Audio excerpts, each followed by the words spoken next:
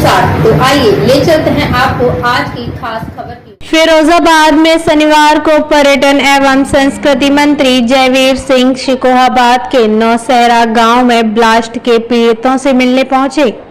पीड़ितों को प्रदान की सहायता राशि, पीड़ित परिवारों को दिए 4-4 लाख रुपए का चेक।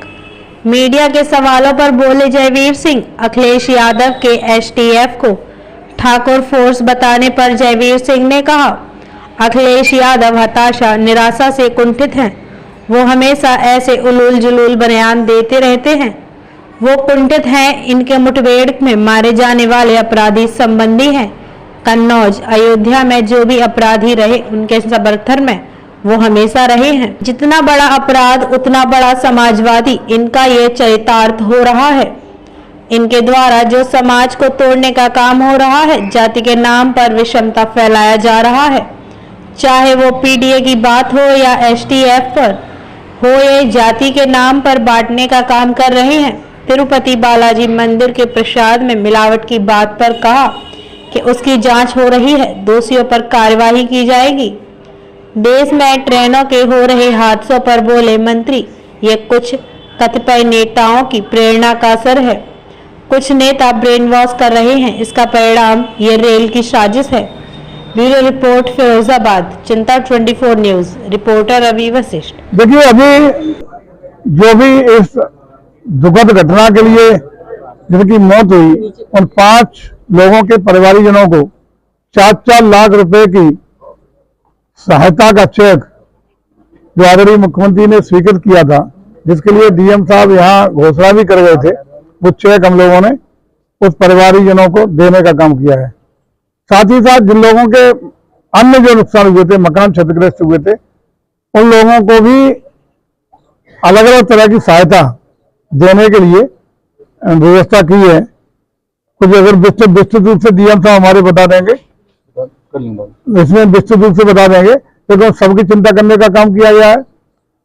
इस दुखद घटना पर हम लोग और प्रदेश की सरकार पूरी तरह उस दिन तत्काल चिंतित थी, दुखी थी, और बनारस में उस दिन माननीय मुख्यमंत्री थे, लेकिन उसके बावजूद भी यहाँ के घटना का संज्ञान लेकर के सहायता राशि देने का उसी दिन निश्चय किया गया था। हमारे जिलाधिकारी जी ने यहाँ मौके पर उसकी घोषणा भी कर दी थी।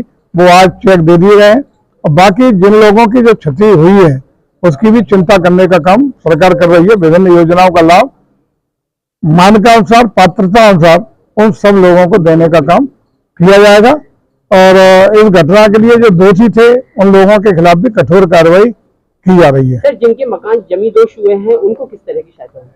उनको भी आर्थिक सहायता के रूप में, जिनकी आवास मकान पूर्णतः क्षतिग्रस्त, उसको 1,20,000 रुपए उन लोगों को देने का काम किया जिनके मकान क्षतिग्रस्त हुए थे। उसके अलावा जिन लोगों को बकरियां कुछ मरी थी और अन्य क्षति थी, उन लोगों को भी हम लोगों ने क्षतिपूर्ति करने के लिए सरकारी अनुदान के धनराशि देने का निश्चय किया है। वो पूरा का पूरा उन्हें सरकार की तरफ से देने का काम किया जा रहा है। सर, तिरुपति बालाजी में इस समय प्रसाद को लेकर बड़ा बवाल छिड़ा है। गाय का मांस और शुगर का मांस, सर, जिस तरह, और वो लड्डू सर अयोध्या में भी आए थे, 1 लाख लड्डू करीब। और आप देखिए, जो भी हुआ है उसका भारत सरकार ने संज्ञान लिया है। FSSAI के द्वारा उसकी जांच के निर्देश भी कल ही दे दिए गए हैं।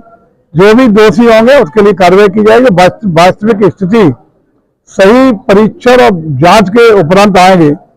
जो भी परिणाम आएगा, जांच में जो दोषी होंगे उनके खिलाफ कार्रवाई होगी। सर, अखिलेश यादव अब जातिवाद की बात कर रहे हैं कि एसटीएफ को ठाकुर फोर्स बता रहे हैं। सर, स्पेशल ठाकुर फोर्स कह रहे हैं सर एसटीएफ को। देखो, मानने लगता है कि अखिलेश जी पूरी तरह हताशा और निराशा में कुंठित हैं, और उन जलूल बयानबाजी, कभी वो धर्माचार्यों को माफिया बताते हैं, कभी वो अपराधियों के संरक्षक की भूमिका में दिखाई पड़ते हैं।